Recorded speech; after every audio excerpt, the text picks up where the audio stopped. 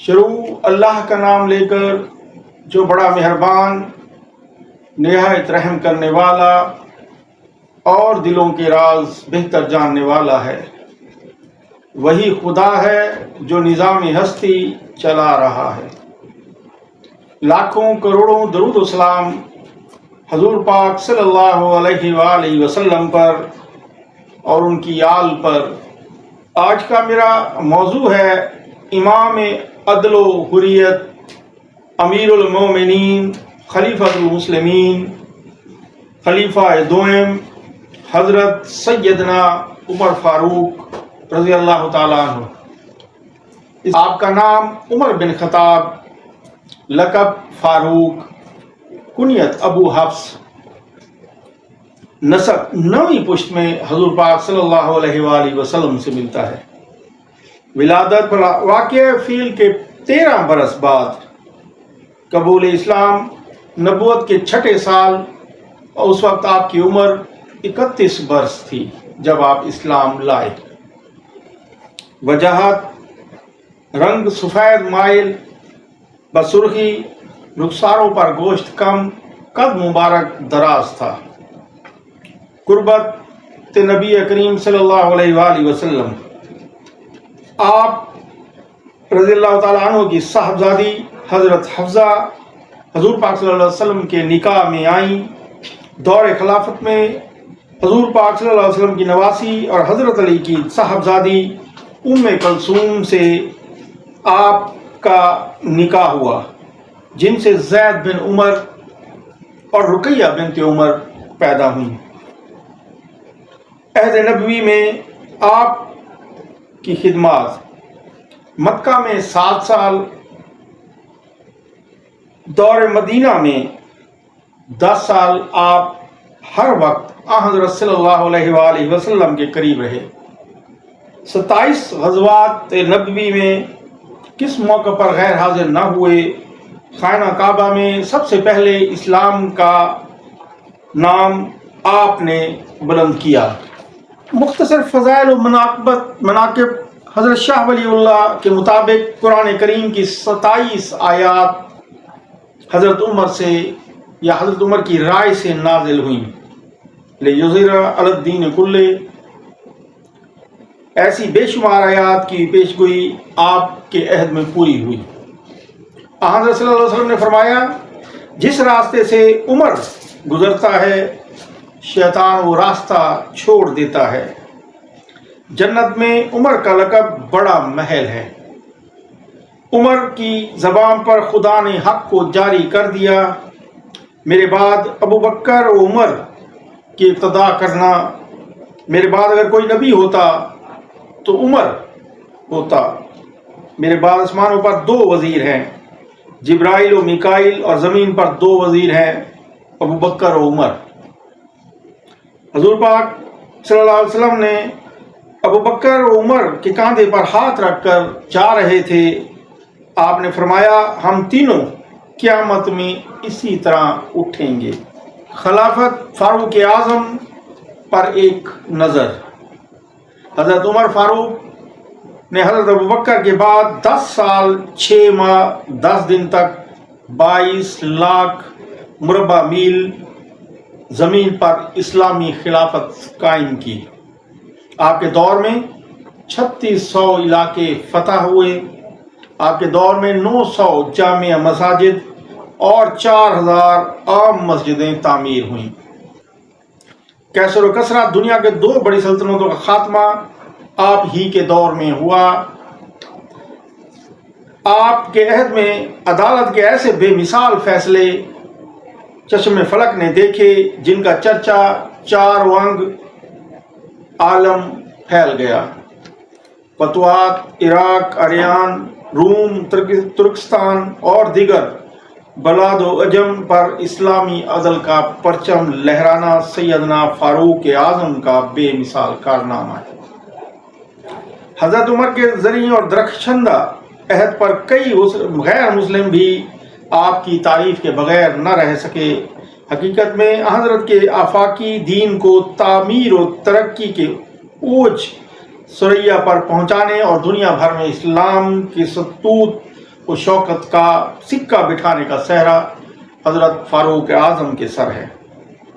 हज़रत फ़ारूक आज़म की अहम खसूसियात, हज़रत इब्न मसूद फरमाते हैं कि इल्म के 10 हिस्सों में से एक हिस्सा सारी उम्मत को दिया गया और 9 हिस्से हज़रत उमर फ़ारूक को अता हुए। मैं एक अर्ज़ कर दूं कि ये जो मैं बता रहा हूँ इसके हवाले भी मौजूद हैं बाकायदा, और कोई अपनी तरफ से इसमें कोई बात नहीं कही गई। दूसरा, हज़रत इब्न मसूद की इस शहादत को आप महज सताइश आराई न समझें, बल्कि एक नज़र तारीख़ी शवाहिद पर भी डालें। हज़रत उमर के कसाया फैसले आपकी मुजतहदात महकम असूल पर मबनी मजबूत नज़रियात और आपके शरई और इंतज़ामी तफरदात को अबवाब फसूल के तहत जमा करने की कोशिश की जाए तो उमर के नाम से 1-2 नहीं मुतद जिल्दें तैयार हो जाएं। फ़िक़्ह का मामूली तालिब इल्म भी आप के फ़ैसले और अहकाम का मुताला करके उनकी गहराई, गिराई, नदारत और पनाही पर हैरान रह जाता है। अमीर अल-मोमिनीन सैयदना अली का इरशाद ग्रामी मिलादा फरमाते हैं कि जब सालेहीन का जिक्र करो तो हज़रत उमर को ज़रूर याद कर लो। इस फरमान की सबसे बड़ी अहमियत तो यही है कि ये ऐसे ग्रामी मर्तबत इंसान की तरफ मंसूब है जो फ़ज़ाइल व मनाकिब और मकारिम महसन में ख़ुद भी जलीलुल क़द्र मकाम रखता है। दूसरे इसमें जामियात बहुत ही ज़ायद है। मकाम मदहत में सालेहीन का लफ्ज़ इख्तियार करने में अजीम फ़ायदा ये भी है कि आप के सारे कमालात की तरफ एक जामे और लतीफ़ इशारा हो जाता है। अमीर अल-मोमिनीन सैयदना अली फरमाते हैं, अल्लाह उमर की कब्र को रोशन करे जिन्होंने तरावी की जमात का नज़म कायम करके मसाजिद को मुज़य्यन कर दिया। सैयदना हज़रत जाफ़र सादिक फरमाते हैं कि मैं उस शख्स से सख्त बेजार हूँ जो अबू बकर सिद्दीक़ और हज़रत उमर फ़ारूक को भलाई से याद न करे। हज़रत नाफे ने एक सिलसिला गुफ्तगू में हज़रत फ़ारूक आज़म के मुतल्लिक़ फरमाया कि हर नेक काम में आपकी कोशिश इंतहा को पहुँची हुई थी और आप हर काम निहायत उम्दगी और बेहतरी के साथ करते थे, यहाँ तक कि उस रविश पर आपका इंतकाल हुआ। ये एक ऐसे आईनी शाहिद की शहादत है जिसने हज़रत उमर को बहुत करीब से देखा था। अल्फाज पर गौर कीजिए और फिर देखिए कि करकान अजदू अजवाद से बढ़कर आपका मुकम्मल सरापाए इल्म व अमल और क्या हो सकता था। यही इल्म की जामियत और अमल की पुख्तगी थी जिसने आपको महबूब खलाइक बना दिया। अवाम को अपने हुक्मरान से शिकायत इस वक्त होती है जब उनके जायज़ हकूक़ को मुतालबात पूरे न किए जाएं, लेकिन ज़माना खिलाफत फ़ारूकी में इस किस्म की शिकायत का कोई वजूद ही नहीं था। उनके मुबारक दौर में वुसअत हुकूमत के बावजूद हर हकदार को उसका हक पहुँच रहा था। इसलिए आपसे डरने वाले वही चंद अफराद हो सकते थे जिनको आप अपनी किसी कोताही की वजह से मुआखज़ा और एहतसाब का डर हो, वरना जमहूर मुसलमान तो आपसे दिली मोहब्बत ही रखते थे। हस्ब कौल इमाम मोहम्मद बिन सिरन और तमाम उम्मत का ये ईमानी और कल्बी फैसला है कि जो शख्स नबी अकरम सल्लल्लाहु अलैहि वसल्लम से मोहब्बत रखता है उसके मुतल्लिक ये गुमान भी नहीं किया जा सकता कि वो हज़रत सिद्दीक़ व फ़ारूक आज़म से मोहब्बत ना रखे और उनकी शान में गुस्ताखी करे। इन सब से बढ़कर लायक तवज्जो खुद हज़ूर पाक सल्लल्लाहु अलैहि वसल्लम का इरशाद है। ज़रा गौर फरमाएं और सूरत वाक़िया मिलादा करें। हज़रत उमर फ़ारूक ने एक मरतबा हज़रत अबू बकर सिद्दीक़ को मुखातिब करते हुए फरमाया, ए उमर, क्या आप मुझे उस लक़ब से याद करते हैं? हालांकि मैंने खुद अल्लाह के रसूल को ये फरमाते हुए सुना है कि उमर से बेहतर किसी आदमी पर कभी सूरज तलू नहीं हुआ। सुभान अल्लाह, ज़बान रिसालत माआब से खैर उम्मत ही का नहीं खैर उन्नास का लक़ब मिल रहा है। अल्लाह अकबर, इससे बढ़कर हजरत उमर फारूक की अज़मत और शान क्या होगी। जब इरशाद नबवी की आ गई तो आइए मज़ीद मालूमात हासिल कर लेते हैं। कुछ हुज़ूर पाक के इरशादात आलिया मुताला में ले आए ताकि इस बात के समझने में पूरी आसानी हो जाए कि उस्ताद की बाबरकत नज़रों में शागिर्द की मज़ीद हैसियत क्या है। याद रखिए कि उस्ताद वो है जिसके मुतल्लिक़ कहा गया, यतीमे के न करदा कुरान दुरुस्त, कुतुब खाना चंद मिल्लत बशस्त। और शागिर्द वो है जो मस्जिद इलाही और इंतखाब खुदाबंदी के तहत 40वें नंबर पर दाखिल दर्स और शामिल जमात हुआ है। याद रखिए, नबी करीम सल्लल्लाहु अलैहि वसल्लम को नबूवत 40 साल ही में मिलती है। इंसान अकल को कमाल भी 40 साल होने पर ही मिलता है। इस्लामी बल्कि कुदसियों की जो जमात हजूर पाक सल्लल्लाहु अलैहि वसल्लम के ज़ेर साया तश्कील और तरबियत पा रही थी, उसकी पुख्तगी और इज़्ज़त के लिए भी बुनियादी पत्थर हज़रत फारूक आज़म को बनाया गया है कि आप 40वें नंबर पर इस्लाम लाए। दरअसल आप ही के इस्लाम लाने पर यह जमात पूरे तौर पर जमात बनी। आप देखिए कि इस शागिर्द ने उस्ताद की बारगाह में क्या मकाम हासिल किया। उसका जवाब ज़ैल की सतूर में आपको मिलेगा। हज़रत सैयदना उमर फारूक के बारे में रसूल अकरम सल्लल्लाहु अलैहि वसल्लम के इरशादात।